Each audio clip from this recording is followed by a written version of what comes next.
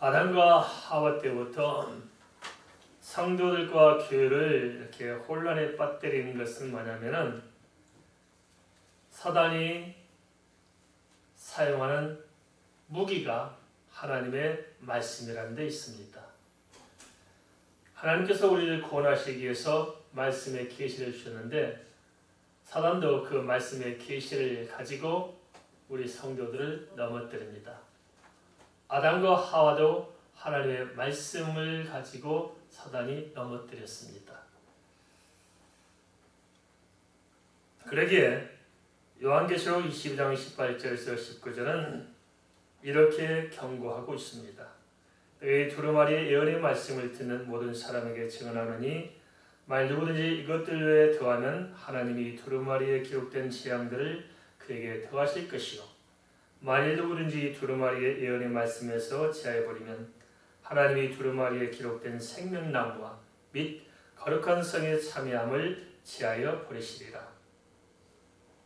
그럼에도 불구하고 사단에게 붙들린 이단 교주들은 오늘날에도 여전히 하나님의 말씀을 제멋대로 해석해서 사람을 미혹하고 하나님의 영광을 가로채고 있습니다. 이런 일들은 당시 교회도 마찬가지였기에 사도 바울은 로마서를 마감하면서 진리의 말씀을 분별하는 것이 얼마나 중요한가를 언급하고 있습니다. 우리 함께 로마서 16장 17절에서 18절 말씀을 살펴보겠습니다. 로마서 16장 17절 18절 말씀 함께 읽습니다. 형제들아 내가 너희를 권하노니 너희가 배운 교훈을 거슬러 분쟁을 일으키거나 거치게 하는 자들을 살피고 그들에게서 떠나라.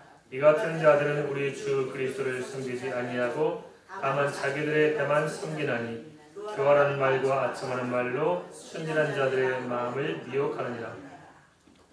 로마서 16장 17절에서 18절은 성도들이 경계해야 할 사단의 정치에 대해서 구체적으로 밝히고 있는데 정리자는 그렇습니다.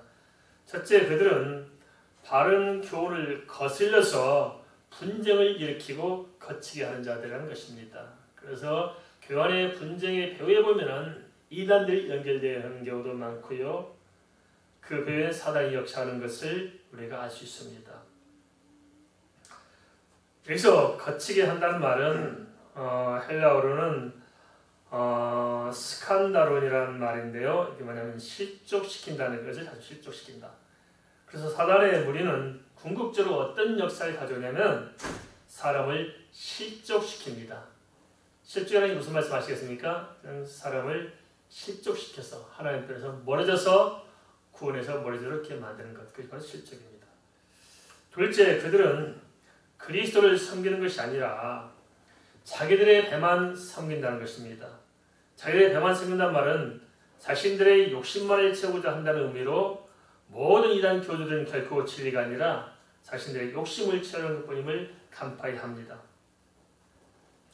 예만이가 잔들자가 정말 하나님을 섬기기 원할까요?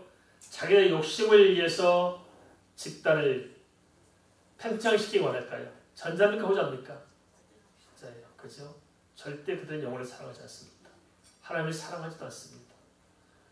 예만이가 휠체어 타고 병원 앞에 나오는데 사람들은 이만희가 육신적으로 안 죽는다고 믿게 만듭니다. 그래서 자기가 누린 게 뭘까요? 그리고 모든 돈은 이만희가 다 관리합니다. 거기 신천지는 이만희 입장에 볼 때는 좋은 기업체입니다. 종교 사기극. 모든 이단들은 그렇습니다. 하나님의 자리에 자기가 앉아서 모든 영광을 가르치고 있는 것. 그것은 바로 사단의 꿈입니다. 사단이 했던 방식 그대로입니다. 우리가 주의 깊게 살펴볼 필요가 있습니다.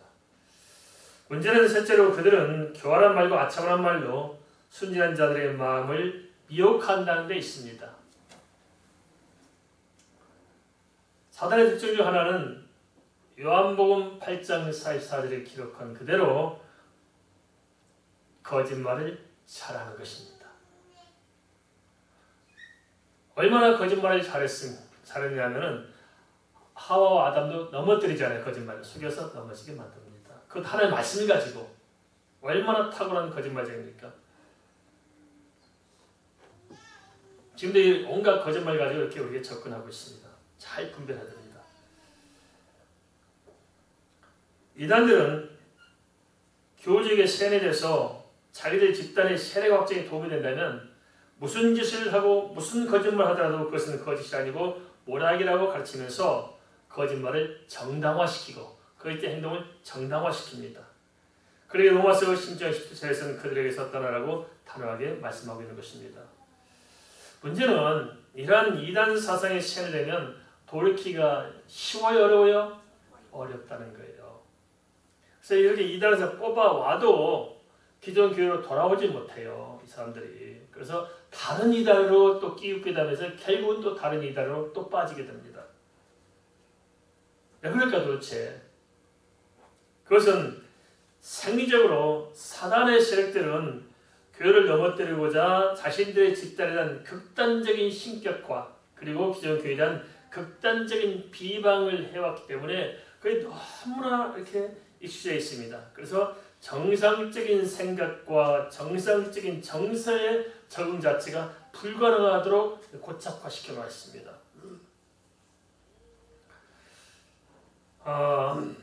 이런 문제는 비단 신앙 문제뿐만 아니고 우리가 이렇게 사회 전반적인 오늘 한국 사회에서도 볼 수 있는 게 있습니다. 그게 뭐냐면 한국교회뿐만 아니고 한국 사회 전체가 굉장히 좀 거칠어져 있습니다. 그렇죠? 사람의 심령이 굉장히 거칠고 굉장히 쌀쌀맞게 변해가고 있습니다. 말 한마디 잘못하면 덤벼들잖아요. 그게 뭐냐면 이 한국 세계 사회에 자꾸 듣게 되는 메시지들이 뭐냐면 극단적인 것입니다. 극좌 극우 너무나 자극적이고 극단적인 것을 하도 많이 이렇게 생산해 놨기 때문에 거기에 사람들이 익숙해져 있어요.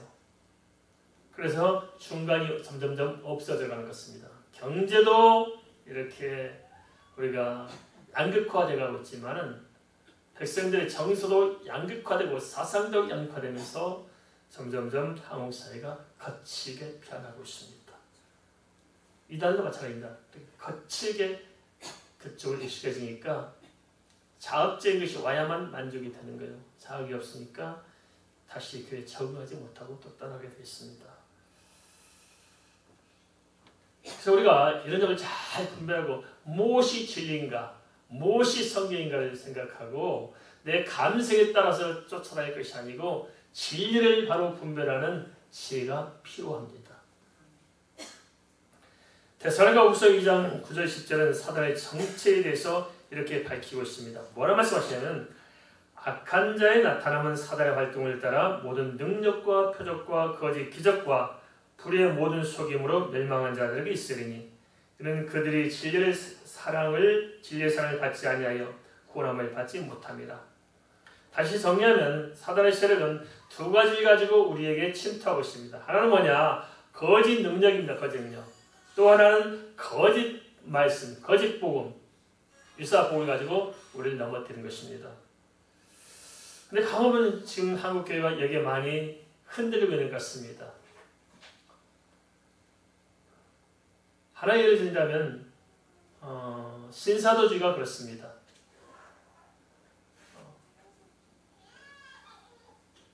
직통계시를 강조하고 신비적인 체험을 자꾸 강조하다 보니까 그게 얼마나 성도들에게 자극을 주겠습니까? 얼마나 쇼킹합니까? 자꾸 그렇게 몰려가게 되어 있습니다. 한 가지 생각하면 됩니다. 12사도 외에 또 바울 사도 외에 당시에 초대교회에서 별도의 사도를 세운 적이 있습니까? 없습니까? 없습니다. 집사와 장로를 세우도록 했지 사도를 세우라고 하지 않았습니다. 그럼 지금 이 시대에 사도를 세운다고 해서는 성경적입니까? 비성경적입니까? 비성경적이야. 사도를 세운다는데 어떤 사도를 세우냐? 직통계시를 할 수 있는 사람들을 사도를 세운다고 합니다. 그러니까 정말 별 희한한 일이 많이 벌어지고 있습니다. 물론 우리 기독교 안에 성경 안에 기적도 있고 또 방언도 있고 예언도 있고 병고침도 다 있습니다. 없다는 것이 아니고 인간이 인위적으로 조작한 것들로 가지고 하나님의 진리를 애곡하는 게 문제라는 것입니다. 한편은 우리가 그렇게 점점점 한국교회가 많이 침몰해가는 것 같고, 또 한편에서는 사회복음, 정치복음, 그리고 이단들의 애국된 잘못된 말씀들, 이것들이 하나같이 쇼킹하고 자극적이기 때문에 그렇게 많이 빠져가고 있습니다. 그래서 우리가 정신을 차려야 됩니다. 한국교회 4번째의 이단이라는 것 참 서글픈 일입니다. 그렇죠? 4번째 이단이다. 기독교의 사람 4명 중에 1명은 이단이라는 현실, 이게 얼마나 가슴 아픈지 말할 수 없습니다. 따라서 내 영혼을 지키기 위해서는 영적인 분별을 잘해야만 할 것입니다. 그럼 영적인 것을 어떻게 하셔야 되느냐? 눈이 말씀드렸습니다만 몇 가지만 다시 좀 정리해보겠습니다. 첫째 뭐냐면 영적인 정체성이 중요합니다. 뭐가 중요하다고요? 영적인 정체성이 중요합니다. 내가 어떤 영적인 정체를 가지고 있느냐가 중요하다는 것입니다. 그 영적인 정체에서 참 많은 것을 우리가 논할 필요가 있습니다만 시간이 다 말씀드렸고, 중요한 것은 정말 예수 그리스도와 나의 관계가 분명해야 됩니다. 예수님은 나의 그리스도요, 나의 주인입니다. 믿습니까? 이게 분명해야 되는 것입니다. 그런데 모든 이단 사이비들은 다른 예수를 집어넣습니다. 예수 그리스도의 이름으로 기도하지 않고 다른 우상 집단에, 또 다른 이단 집단의 계시 이름으로 기도를 시킵니다. 성경에 누구 이름으로 기도할 게 있습니까? 그렇습니다. 그런데 다른 교주 이름으로 기도하면 되겠습니까? 안 되겠습니까? 웃기는 것입니다. 정체성이 분명해야 됩니다. 모든 이단들은 이 정체성에 문제가 생겨요. 믿는 믿음의 대상부터가 달라 있습니다. 신천지는 성부, 성자, 성령 플러스 이에만이 사이일체를 주장합니다. 가톨릭은 성부, 성자, 성령 플러스 마리아, 가톨릭 영성시라는 책에 분명히 나와 있습니다. 지금도 마리아는 살아서 예수님의 어머니다, 하나님의 어머니라고 분명히 그 책에 가르치고 신부들이 그렇게 배웁니다. 아니라고 했지만 깊게 들어가면 그들은 그렇게 공부하고 있습니다. 무섭습니다. 장길자 하나님이라고 이야기합니다. 한번 물어보고 싶어요. 제가 장길자 만나가지고 당신 진짜 그렇게 믿습니까? 부인도 아마 그렇게 안 믿을 거예요. 한때는 문선명에 제가 하나님으로 했잖아요.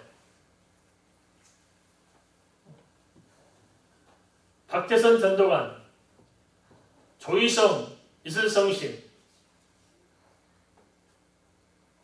어떻게 그들이 하나님일 수 있을까요? 장막성전인가 있죠, 과천에. 거기서 메시아가 6명이 탄생됐어요. 재림 예수가 6명이 탄생됐습니다. 우리 교회 아직까지 한 명도 안 나오는데 대단한 교회예요. 6명이 탄생되는데 그중 하나가 이만이고 나머지 5명이 또 있어요. 그런데 다들 자기가 재림 예수를 하고 다 이만이 똑같이 다 이렇게 이단 집단을 만들었는데 뭐 3사람인가 2사람인가는 하다가 잘 안 되니까 뭐 재림 예수 은퇴하고 직장 다닌다고 그러고 나머지는 이만인들 들어가 있나 봅니다. 근데 참 답답한 것은 신천지에서는 신천지 교리만이 가장 확실한 교리라고 주장하잖아요. 가장 확실한 믿음이라고 주장하는데 사실 한국교회 모든 이단들의 교리는 똑같습니다. 네. 아버지 하나님, 어머니 하나님, 해, 달 교리로 또 바꿨죠. 해가 뭐고 달이 뭐예요? 해 하나님, 달 하나님, 아버지 하나님, 어머니 하나님 똑같습니다. 내용이 모든 똑같아요. 언어만 다르고 할 뿐이지 다 같습니다. 이단들 거기서 못 벗어납니다. 근데 각자 자기들만 그렇게 주장한다고 생각하지만 아닙니다. 이단의 맥락을 찾아보면 다 그물이라서 똑같습니다. 그리고 모든 이단 교주들의 공통 특징은 제대로 신학적인 공부를 안 해가지고 자기들이 그런 것만 계속 배우고 답습해가지고 그거밖에 모릅니다. 이단들은 성경을 안 읽습니다. 이만희도 성경 안 읽었을 거예요.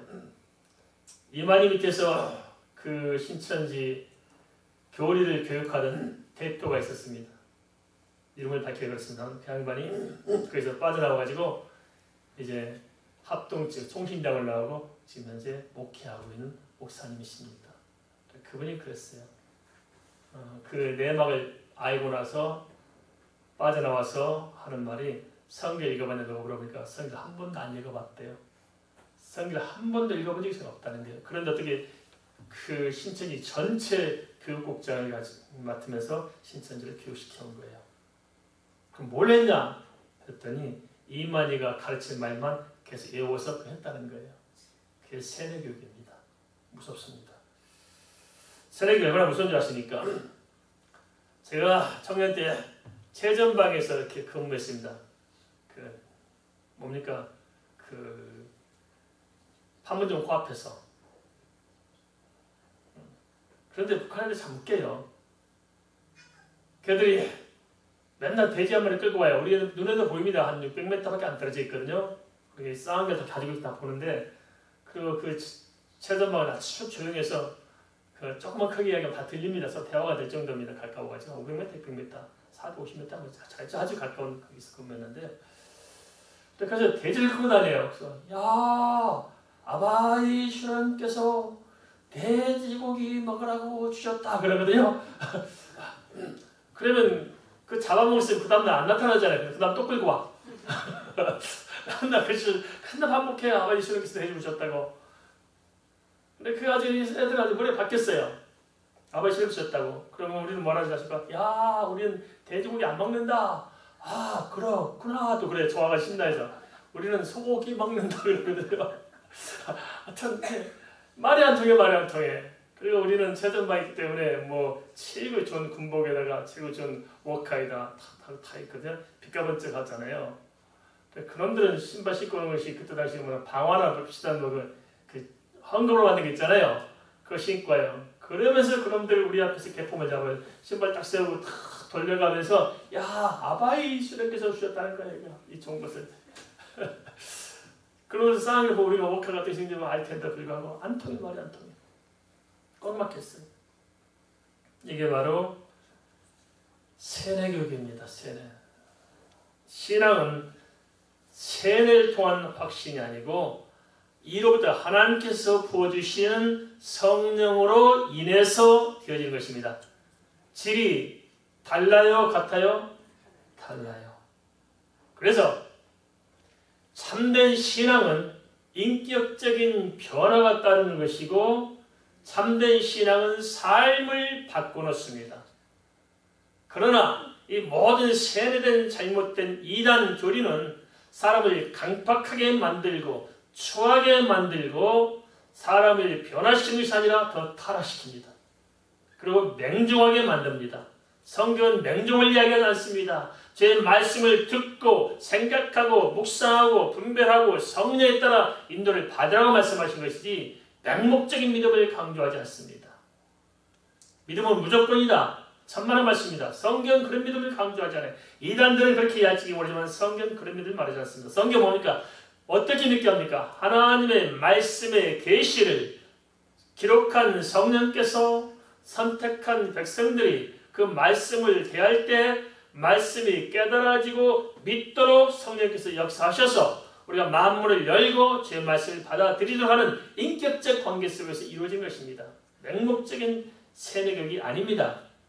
그래서 그 말씀을 믿을 때 하나님께서 역사하신 말씀을 통해 들려주시는 새 음성을 듣게 하고 그 말씀이 역사하신 하나님 능력을 경험하게 함으로 말미암아서 우리는 내 자신의 어떤 혼적인 영향에서 생긴 믿음이 아니고 하나님의 선물로서 그 믿음을 받게 됐습니다.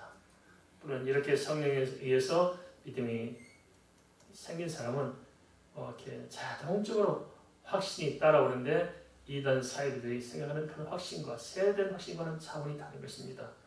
그래서 뭐냐? 어떻게 다르냐? 진짜 성신 믿음은 믿음이 성장하면 성장할수록 깊어지면 깊어질수록 하나님의 말씀을 알아가면 알아갈수록 반대로 하나님 앞에서 믿음의 확신이 없어져가요. 무슨 그런 말이냐? 사실입니다. 정말 하나님의 말씀을 깊게 알아가고 하나님을 깊게 알고 믿음이 깊어지면 깊어질수록 하나님 앞에서 내가 믿음이 있는 것처럼 보여요? 없는 것처럼 보여요? 없는 것처럼 보여요. 확신이 있어요? 없어요? 없는 거예요. 반도 확신 없어요. 근데 자기 나름의 세례를 통해 확신을 받는 사람은 가면 갈수록 확신이 충만해요. 왜냐? 빛으로 가까이 가면 갈수록 어둠이 보일까요? 빛이 보일까요? 빛을 가까이 갈수록 내 안에 있는 어둠이 보이게 됐습니다. 그렇죠? 나도 보여. 그래서 이사야 같은 경우도 이사야 입장에 보면은 하나님 불려갔어요. 뭐라고 말하니까 나는 죽었구나. 죄인으로서 하나님을 배웠으며 바울사도 그렇잖아요. 하나님에 가까이 가고 정말 바울사도처럼 복음을 알고 싶어서 머무르는 사람이 드물잖아요. 그렇게 바울사도가 머무르 쳤는데 그리고 그렇게 평생 하나님에서 생명을 살았는데 그 바울사도가 믿음이 깊어지고 예수 그리스도에 대한 지식으로 풍성해질수록 하나님 앞에서 쫄아요. 아이고 나는 죄인의 개수로구나. 오라 이 사망에서 나를 건질 자도다 하는 공고함 속에 갇혀있는데 누가 나를 건질까? 오라는 공고한 사람이로구나. 이 사망의 늪에서 누가 건져줘야 탄식하잖아요. 선주를 생각하든 넘어질까 조심하라.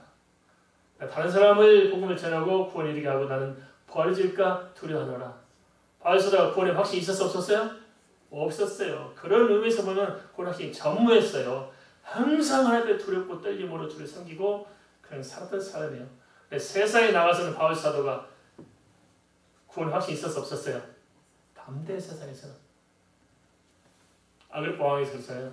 이렇게 결박된 것 외에는 당신뿐만이 아니라 여기 모든 사람이 나와 같이 되기를 원하노라. 한 번도 세상에서 바울사도가 타협한 적 없고 물러서 본 적이 없어요. 진정한 구원의 확신은 그 사람의 인격과 삶을 통해서 드러나는 것이지 머리에 있는 세뇌가 아닙니다. 그래서 로마서도 1장부터 11장까지는 기독교가 믿는 믿음이 무엇인가 하는 것을 율법주의에 대한 잘못된 것을 이야기하면서 기독교 신앙의 믿음의 정체성을 바로 세웁니다. 그러면서 12장부터 16장까지는 반대로 반율법주의, 무율법주의에 대한 것을 이렇게 제대로 조명하면서 기독교 신앙은 단순히 개념적인 신앙이 아니라 삶을 통해서 드러나는 신앙임을 보여주고 있습니다. 그래서 참된 신앙은 인격과 삶을 통해서 정립되고 성장해 나가는 것입니다. 이러한 관점에서 바울 사도는 이제 로마 교회에서 지금 마지막으로 권면하는데 그게 뭐냐면 로마서 16장 17절 18절인데 다시 한번 볼까요? 로마서 16장 17절 18절 같이 한번 읽어볼까요? 너희의 순종함이 모든 사람에게 들리는지라. 그러므로 내가 너희로 말미암아 기뻐하노니 너희가 선한 데 지혜롭고 악한 데 미련하기를 원하노라. 평강의 하나님께서 속히 사탄을 너희 발 아래서 상하게 하시리라. 우리 주 예수의 은혜가 너희에게 있을지어다. 사도 바울은 로마 교회 성도들이 주의 말씀에 순종함이 모든 사람에게 들린다고 언급하고 있는데 이는 격려 차원의 칭찬이긴 하지만 전반적인 상황을 함께 바라보면 로마서를 기록한 궁극적인 희망사임을 알 수 있습니다. 무슨 말이냐? 바울 사도는 로마 교회 성도들의 무슨 문제가 있는지 잘 알고 있어요. 그래도 불구하고 필요에 따라서 그 문제를 깨닫기도 했지만은 궁극적으로 로마 교회 성도들을 짓밟는 것이 아니고 그들을 존중해서 그들 스스로 인격을 인정받고 믿음을 인정받음으로 성장의 돌파구를 마련하고 있다는 것입니다. 참 이걸 보면서 좀 깊게 바라보면 얼마나 섬세한가 하는 것을 읽어보게 됩니다. 저도 그래서 이제 목회 후반전에 들어서고 중반전에 들어서다 보니까 참 지난 날들이 참 아쉬워요. 참 실수를 참 많이 했구나. 정말 좀 더 섬세하게 깊이 있게 잘 접근했으면 좋았을 텐데 목회는 최고의 전문적인 사역인데 참 내가 잘 준비되지 못한 점이 많았구나 생각을 하게 됩니다. 그런 점에서 보면은 그렇습니다. 교회 안에서 자꾸 보면 이렇게 바른 소리 해서 성도들 이렇게 그냥 짓누르는 경우가 있습니다. 오래 신앙생활 했다고 해서 자꾸 짓누르고 바른 말을 함으로써 또 이렇게 꾸준하고 깨우치겠다는 생각들을 이렇게 많이들 실수하는 것 같습니다. 한번 그렇습니다. 우리가 자식들 키워봐서 알겠습니다만은 꾸중으로 키우는 게 잘 자랄까요? 칭찬을 키우는 게 잘 자랄까요? 그럼 꾸중이 쉬울까요? 칭찬이 쉬울까요? 알아봅시다. 나는 남을 판단한 걸 많이 해요? 격려한 걸 많이 해요? 바울 사도는 마지막에 성도들을 격려하고 인정하고 칭찬합니다. 그런 관점을 보면은 그들이 잘해서 칭찬하느냐 그것이 아니고 교육적 기대 효과입니다. 바울이 기대하는 말을 칭찬하는 거예요. 무슨 알겠습니까? 공부를 안 한다 자식들이 공부한다 야단 치지 말고 그래 이렇게 열심히 노력하고 있구나 잘 될 거야 기대하는 말을 칭찬하는 것과 같습니다. 그래서 교회도 그런 것 같습니다. 이렇게 가끔가다 이렇게 오래 신앙생활 하시는 분들이 그냥 한 말씀 그냥 대국민 발표를 하는 바람에 성도들이 쫄아가지고 시험 든 경우가 많아요. 그러지 마시고 칭찬으로 이끌어가시면 참 좋습니다. 알겠습니까? 칭찬. 기도 안 한다. 기도해야지. 기도 안 해. 지나고 보니까 기도 열심히 하고 있대. 그래. 기도하니까 어때? 기도하니까 좋지. 특별히 당신 기도 잘할 수 있을 것 같아. 기도하면 한번 해봤을 거야. 좋아요? 안 좋아요? 좋아요. 바울이 지금 이와 같다는 거죠. 이렇게 지금 로마서를 마감하고 있습니다. 그래서 궁극적으로 바울이 기대하는 로마교회 성도들의 영적인 성장의 목표를 두고 여기서부터 그들의 부족함을 알면서도 끌어안고 격려하면서 이끌어가고 있음을 알 수 있습니다. 물론 우리가 신앙도 그래야겠지만은 일반적으로 그런 것 같아요. 이렇게 사람들이 참 인색해요. 참 인색해. 뭐가 인색하냐? 입이 인색해. 한번 보세요. 진짜 입이 인색하거든요. 칭찬만 해도 어디 덧납니까? 안 그렇습니까? 근데 칭찬해야 할 사람을 끌어내요. 그럼 안 됩니다. 특히 교회에서는 그럼 절대 안 됩니다. 알겠습니까? 이렇게 해놓고 또 식당에서 밥 먹다가 한마디 해요. 제가 가슴 아픈 게 우리 교회에 진짜 있었던 사실이에요. 세 가족이 두 분이 열심히 제가 등촌도 사신 분이 누이가 교회 나오셨다고요. 열심히 새벽에도 열심히 나오시고 참 열심히 신하시는데 왜 우리 안 나온 이유가 뭐냐면 식당에서 맨날 요거 넘어서 안 나와요. 그래 안 나오게 됐어요. 그냥 밥을 보다 보니까 이게 우리가 집에서 푸는 밥그릇하고 교회에서 접시하고 달라서 가늠을 못하는 거예요. 가늠 못해. 그러니까 푸는데 덮어질 수 있죠. 그래서 이렇게 밥을 먹는데 누가 그랬다면 먹을 만큼 푸지. 그렇게 몽땅 욕심껏 퍼가지고 되겠어. 처음에 지나가고 그냥 자꾸 하니까 다음 난 3번 줄 때마다 그런 얘기만 들었던 게 양반이 조절 잘못해가지고 그러니까 결국 교회를 떠났어요. 그런 말 좀 안 하면 어때요? 좋아요. 그죠? 맛이 어때? 괜찮아요? 감사합니다. 이렇게 잘 식사해 주셔서 고맙습니다. 한마디 해주고 얼마나 좋아요. 그죠?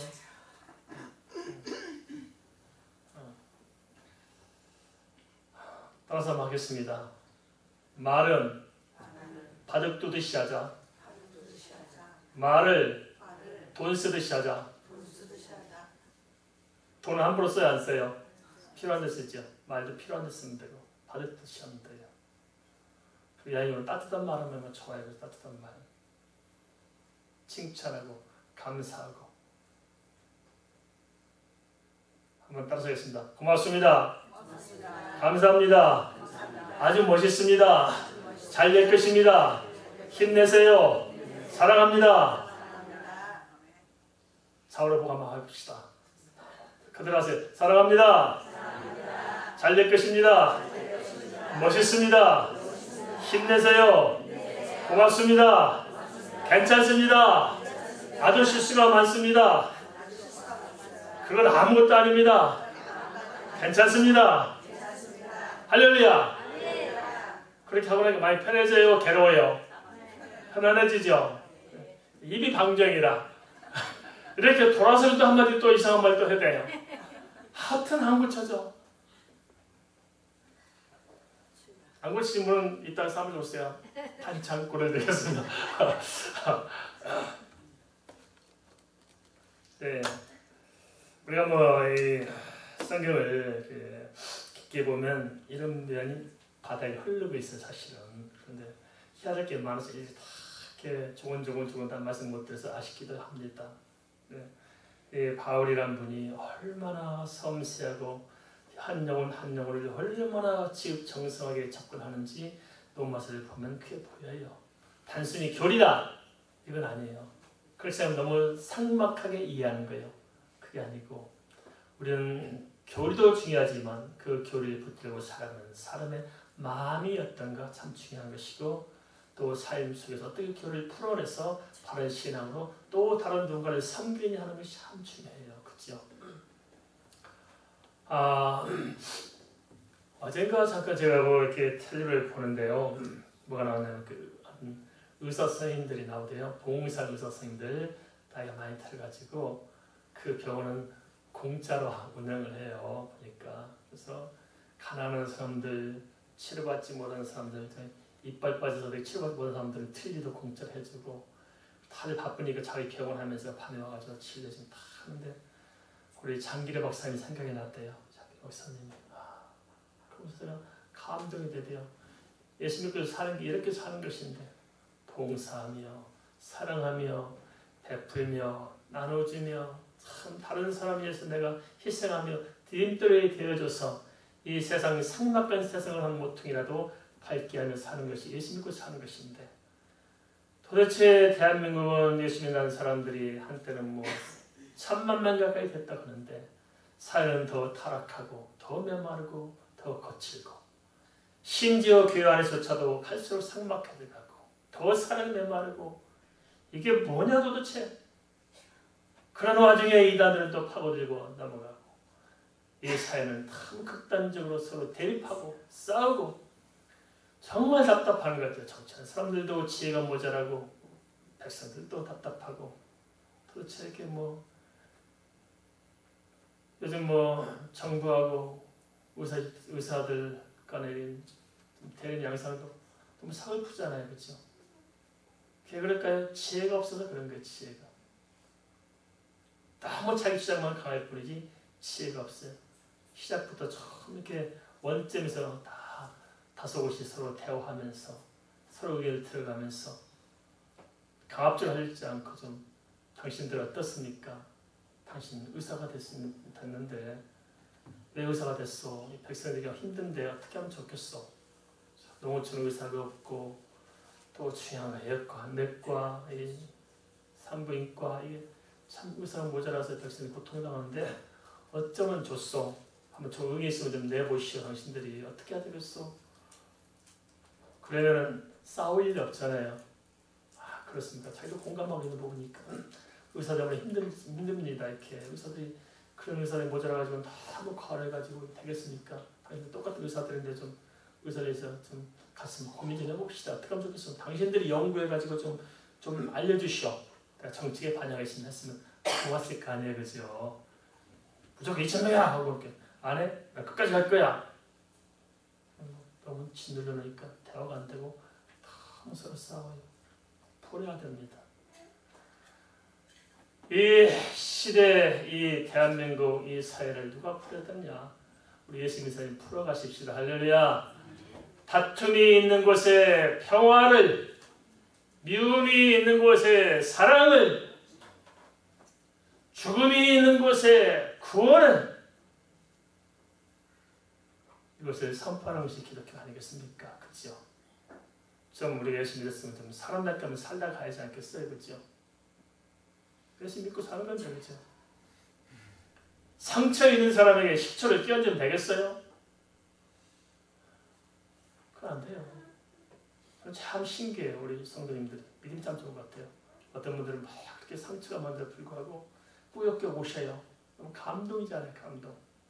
내가 그 입장에서는 할 수 있을까 싶을 때 참 감동으로 다가와요. 그런 분들 우리가 조금이라도 사랑이 이렇게 전달될 수 있도록 참 내가 좀 가까이 다가서서 마음을 끌어안아주시다면, 그죠? 우리가 교리만 가지고 따질 이유가 없어요. 교리는 중요해요. 그건 기본이에요. 교리를 아무리 하자는 말 아니고 교리는 기본이라고요. 기본. 몸에 뼈대는 기본이에요. 비틀리면 안 돼요. 바로 잡아야 돼요. 하지만 뼈만 앙상하다고 그게 사람입니까? 안 그렇잖아요. 살도 있어야죠. 살만 있다고 사람입니까? 아니에요. 바른 사랑, 바른 정신, 인간다운 인격이 내 속에 흘러 넘치지 않겠습니까?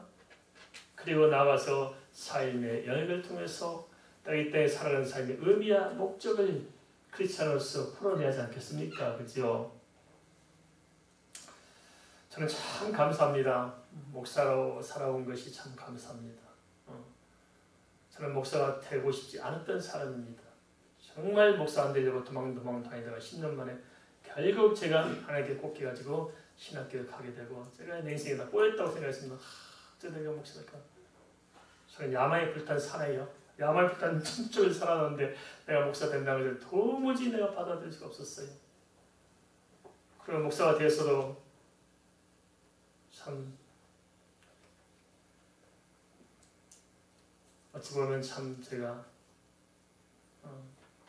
제 꿈이 아니라 진짜 이 시대에 의미 있게 산다는 것이 무엇인가를 고민하다 보니까 여기까지 왔습니다. 가보면 뭐 이렇게 특별히 이루는 것도 없고 또 뭐 이렇게 돌아보면 뭐 이렇게 잘한 것도 별로 없고 내세울 것도 없고 안타까움이 참 많습니다. 지금 이 생각을 가지고 내가 목회를 처음 다시 시작했다면 참 좋았겠다 싶은데 참 좋았겠다 싶은데 이제 뭐 그렇습니다. 생각이 많이 바뀌었어요. 예전에는 교회를 개척해서 부흥하지 않겠다는 생각을 많이 했었습니다. 지금은 어떤 문제가 생기냐면 우리 성도들이 아프고 세상을 따라가고 그러니까 이제는 가족이 된 것 같아요. 가족이. 아들로서 우리 어머니들을 어떻게 섬겨야 되냐. 오늘 정교사님들 이렇게 아프다니까 많이 아픈 거예요. 많이 아픈 거예요. 아이고 부흥과 성장 그건 뭐 하나님 아실 일이고 우리 한 사람 한 사람 내 식구들인데 어떻게 이 식구들을 붙들어내야 하느냐 고심이 많습니다. 네. 이제 목사가 조금 철이 들까 말까 그런 것 같아요. 좀 아시나 징직점 이런 마음을 가지고 우리 성도들을 살폈으면 얼마나 좋았을까 하는 아쉬움이 있습니다. 하다 보니까 어제 엉뚱한 데로 갔습니다. 넘어와서 오늘 이렇게 마감할 시간인데 아무튼 뭐 오늘 원고가 출판사로 넘어갑니다. 그러면 출판사 넘어가서 이것을 출판을 해서 우선 전자출판되고 그럼 각 나라로 보내서 자기 말로 번역해서 좀 보내고 필요하면 또 이제 종이책으로 해서 아마 전달될 것 같습니다. 좀 못한 부분들은 책을 통해서 하기로 하고, 그죠? 우리가 좀 이렇게 좀 넘어서 좀 마감을 해야 할 것 같습니다. 사랑하는 성도님들, 이렇게 로마서 통해서 우리는 바울이 가지고 있는 마음을 좀 한번 좀 헤아려 봤으면 좋겠다 싶습니다. 바울이 무슨 마음 가지고 로마서를 썼을까? 그리고 무슨 마음 가지고 마지막 로마서를 마감하고 있을까? 그것은 한 영혼 한 영혼을 정말 예수 안에서 어떻게 하면 바로 세워야 되는 그 진지한 고심으로부터 시작되고 그렇게 마감하는 것 같습니다. 한 영혼은 얼마나 소중할까요? 그죠? 한 영혼이 얼마나 소중할까요?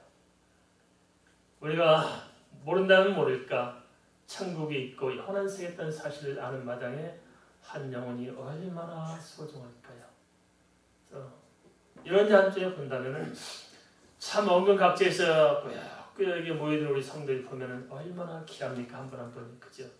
어떤 분은 몸이 아팠음에도 휠체어를 들고 여기까지 오신 분도 계시고 어떤 분은 이래저래 또 절면서 오신 분도 계시고 한 영혼 한 영혼이 얼마나 소중할까요? 우리가 좀 다시 생각합시다. 그래서 예수 그리스도의 복음으로 서로를 붙들어 주십시다. 예수의 복음은 차가운 게 아니에요. 따뜻해요. 동의하십니까?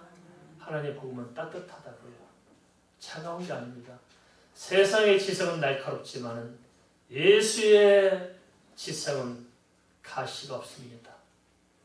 회개를 시키더라도 예수님의 회개는, 성령의 회개는 아프지 않고 감사해요.